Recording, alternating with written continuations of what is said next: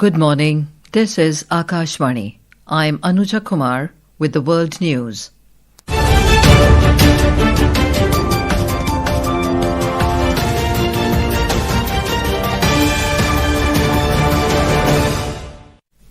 The headlines. Ukrainian President Volodymyr Zelensky holds peace talks with his U.S. counterpart Donald Trump in Florida over ending war with Russia. U.S. President also holds telephonic conversation with his Russian counterpart Putin. Bangladesh reports 71 blasphemy-linked attacks on Hindu minorities in last 6 months, claims Human Rights Body. All India Shia Personal Law Board condemns atrocities against Hindu minorities in Bangladesh.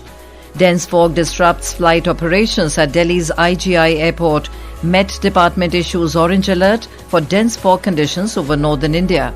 And in chess, India's Arjun Erigaisi and Koneru Hampi win bronze in 2025 FIDE World Rapid Championship in Doha, Qatar.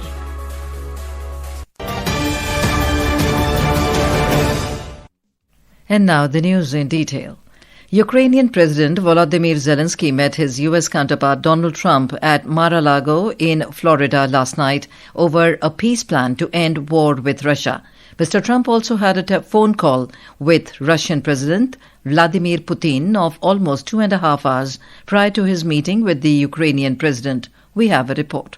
U.S. President Donald Trump said the meeting was terrific and a lot of progress had been made in Russia-Ukraine peace talks as both the countries are in favor of ending the war. Addressing the press after the meet, Mr. Trump said that the peace talks are expected to be finished in a few weeks and it's been a very tough negotiation. He further informed that both the leaders had phone calls with several European leaders during the meeting. We had a terrific meeting. We discussed a lot of things. As you know, I had an excellent phone call with President Putin that lasted for over 2 hours. We discussed a lot of points, and I do think we're getting a lot closer, maybe very close. The President and I just spoke to the European leaders. On the other hand, Ukrainian President Volodymyr Zelensky has said that security guarantees are key on the path to achieving a lasting peace. In a social media post after meeting the US President, Mr. Zelensky said that both the leaders agreed that their teams would meet as early as next week to finalize all discussed matters. He further said that the US President will host Ukrainian and European leaders in Washington, D.C. next month. This is Saira Mujtaba for World News. Human Rights Congress for Bangladesh Minorities has said that at least 71 incidents related to blasphemy allegations against Hindu minorities were reported between June and December this year in Bangladesh. The Human Rights Congress documented cases from more than 30 districts, including Chandpur, Chattogram, Dinajpur, Lalmonirhat, Sunamganj, Kulna, Komila, Ghazipur, Tangail and Sylhet. A report by the rights group said 71 distinct incidents include police arrests and FIRs, mob beatings, vandalism of Hindu homes, suspensions and expulsions from educational institutions, and deaths following mob attacks. On December 18, Deepu Chandradas was beaten to death and his body set on fire by a mob in Bhaluka over allegations of blasphemy. All India Shia Personal Law Board, AISPLB, has condemned the atrocities against Hindu minorities in Bangladesh. It said Islam prohibits the killing of any innocent person and those doing so in the name of religion should refrain from it. The condemnation came at the AISPLB's annual convention held at the Bada Imambara in Lucknow. It was attended by ulema and Muslim scholars from various states of India as well as from Bangladesh and Nepal. AISPLB General Secretary Maulana Yasub Abbas said that the convention stated that every act of terrorism occurring worldwide is highly condemnable and those who perpetrate terrorism or patronize terrorists or provide them with any kind of assistance are enemies of humanity. He said a powerful movement should be launched against terrorism so that the handful of terrorists are terrified. In Sri Lanka, President Anura Kumara Dissanayake has extended the state of public emergency declared a month ago when the Ditwa cyclone made its landfall, leaving a trail of destruction.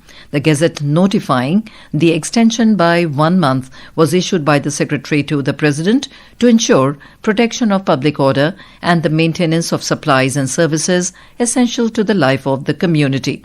The emergency was declared to coordinate all relief agencies, including the military, to deliver rescue and relief assistance. 15 different services, including media, were included as essential services under the emergency order.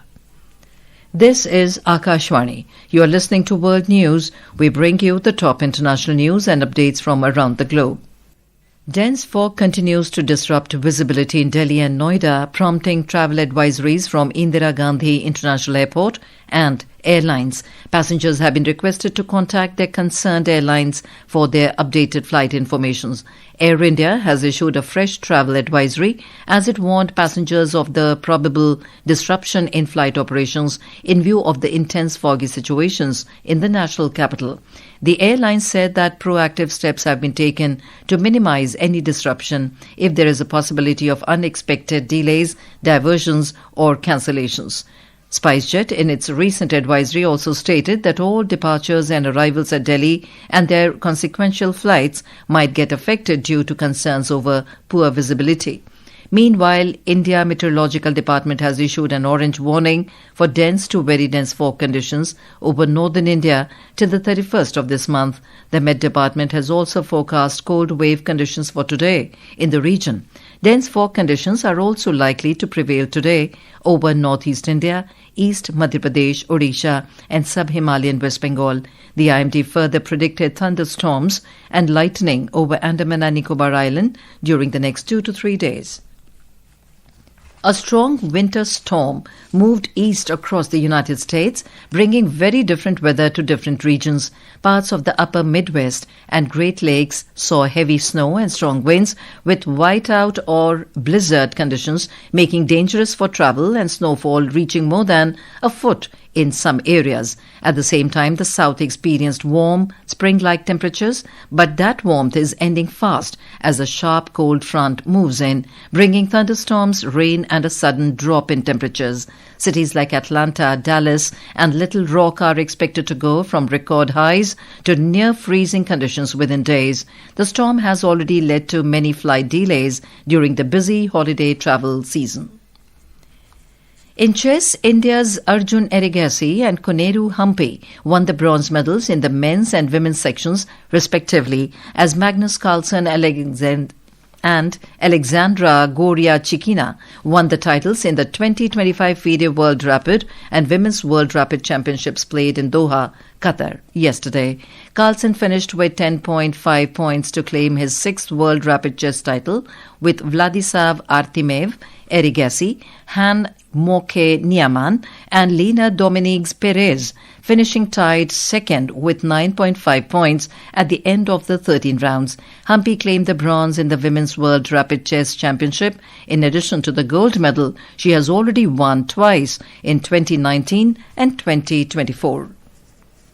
Former England cricketer Hugh Morris passed away at the age of 62 yesterday. He was diagnosed with bowel cancer in January 2022.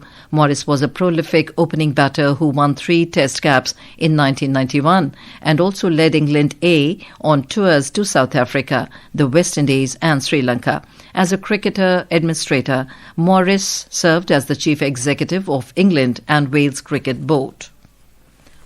Former New Zealand cricketer Doug Bracewell announced his retirement from all forms of international cricket. The 35-year-old all-rounder played 28 Tests, 21 ODIs and 20 T20 internationals. And now, before we close, here are the highlights of the bulletin. Ukrainian President Volodymyr Zelensky holds peace talks with his U.S. counterpart Donald Trump in Florida over ending war with Russia.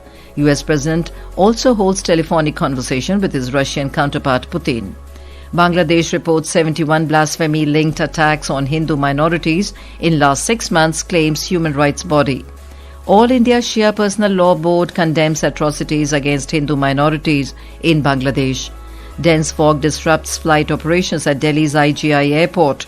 And in chess, India's Arjun Erigaisi and Konoru Hempi win bronze in 2025 FIDE World Rapid Championship in Doha, Qatar. And that is the end of this news bulletin.